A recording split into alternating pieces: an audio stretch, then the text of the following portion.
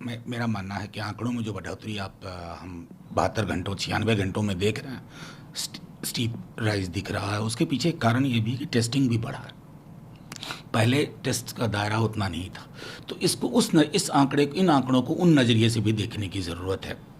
जब आप दायरा बढ़ाएंगे तो आपके पास एविडेंस हो सकता है ज़्यादा है, लेकिन अभी भी मैं मान रहा हूँ कि रिकवरी जो है वो बहुत सुकून देती है और बहुत क्रिटिकल फेज है। लेट्स होप हम सब इस फेज से सकुशल निकलें।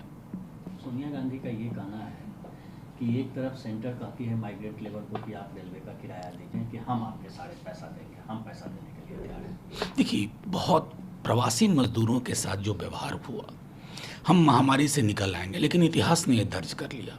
जब लॉकडाउन की चर्चा हुई, केंद्र और राज्य की सरकारों ने इस बड़े समूह के बारे में कुछ नहीं सोचा। मैं खुद जिस राज्य से आता हूँ, वहाँ के मुखिया हर 72 घंटे पे नया बयान देते रहे।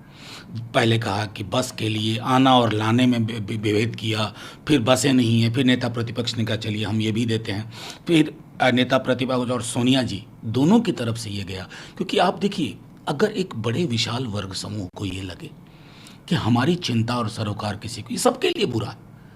मैं नहीं जानता हूँ कौन लोग नीति बना रहे हैं, लेकिन नीति निर्धारकों को भी ये गंभीरता से सोचना होगा कि इस विशाल वर्ग समूह के अंदर जो अलगाव की भावना अगर आ गई तो वो मेरे मुल्क के लिए अच्छा नहीं है, हमारे विकास के प्रतिमान के लिए अच्छा नहीं है।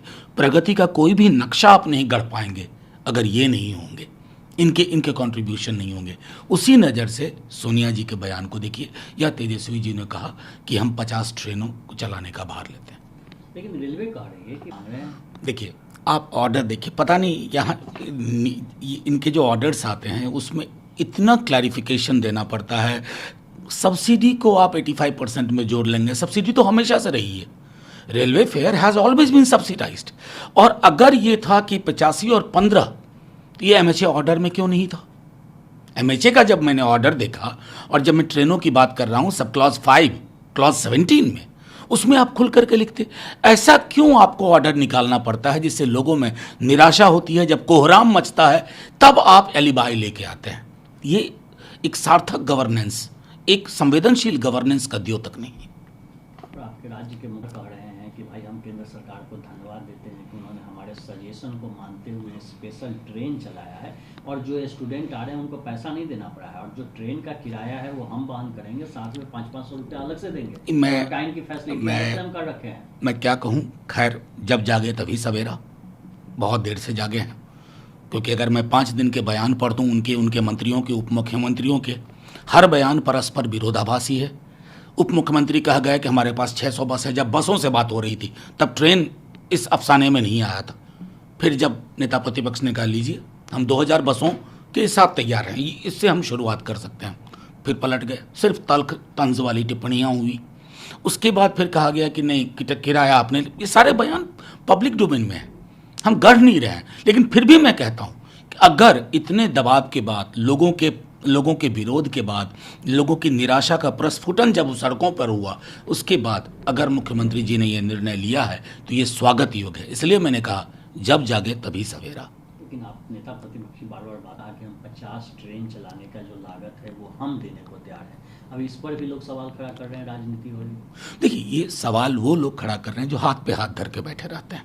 हमारी मुश्किल ये है, जनप्रतिनिधि होने के नाते नेता प्रतिपक्ष को, बिहार के सबसे बड़े राजनीतिक दल हम, चाहे बम्बई में फंसा आदमी हो, तेलंगाना में फंसा आदमी हो, उनको, उनके कार्यकर्ताओं को, उनके नेताओं को फ़ोन करते हैं।